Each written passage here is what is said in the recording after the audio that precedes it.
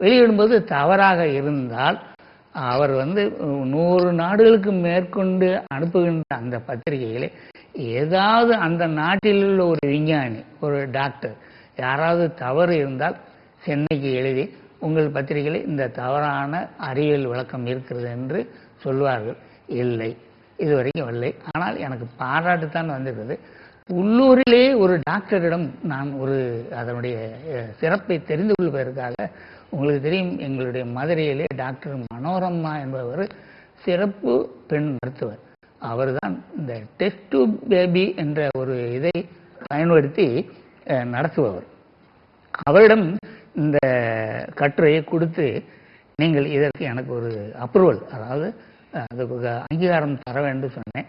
படித்து பார்த்து விட்டு கூட அப்புறம் திருப்பி நீங்கள் சொல்வது சரியாகத்தான் இருக்கும், நான் இதை படிச்சிட்டு பார்க்கிறேன் என்று சொன்னார்கள். சில நண்பர்கள், நீங்கள் ஒரு தேதியை வெளியிட்டிருக்கிறீர்கள், நீங்கள் எல்லா டாக்டர்களும் அனுமதி அங்கீகாரம் என்று கொடுத்து விட்டால், ஒருவேளை அவர்கள் தாங்கள் தான் கண்டுபிடித்ததாக சொல்லிவிட்டால் உங்களுடைய முயற்சி என்ன ஆகும் என்று சொன்ன உடனே, அதற்கு நீங்கள் வெப்சைட்டிலே பதிவு பண்ணுங்கள், இணையத்திலே ஓடுங்கின்றார்கள். சில பேர் நூலாக வெளியிட சொன்னார்கள். எனக்கு நூலாக வெளியிடுறதுக்கு அந்த நேரத்தில் ஒரு பொருளாதாரம், ஒரு 1000 காப்பி எடுக்கக்கூடிய வசதியை என் பிள்ளைகளுக்கு பெற முடியும். உங்களுடைய எழுத்துக்கள் இந்த மருத்துவம் சார்ந்த எழுத்துக்கள் தவிர பகுத்தறிவு சார்ந்து எழுதின மற்ற கட்டுரைகள் பற்றி இருக்கு.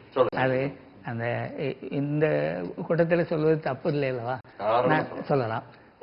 அந்த பஞ்சாபில் பட்டிண்டா என்ற ஊரில் நடைபெற்ற அந்த மாநாடு இந்தியாவில் இருக்கிற 30 மாநிலங்களிலும் இருந்து வந்த ஒரு 300க்கு மேற்பட்ட பிரதிநிதிகள், டெலிகேட்ஸ், இவர்களெல்லாம் சேர்ந்து ஒரு ஸ்தாபனம் வைத்திருக்கிறார்கள். ஃபெடரேஷன் ஆஃப் இந்தியன் ரேஷலிஸ்ட் அசோசியேஷன் என்று வைத்திருக்கிறார்கள். அதன் சார்பாக அதனுடைய தலைவர் ஒருத்தர் நரேந்திரான் ஒருத்தர் இருக்கிறார், குஜராத்தை சேர்ந்தவர். அவர் தான் நடத்தினார். அங்கே இந்த நான் இப்போ சொன்ன மருத்துவ கட்டுரையையும் அந்த ராஷ்டிரம் முன்னால் கட்டி விளக்கம் கொடுத்தேன்.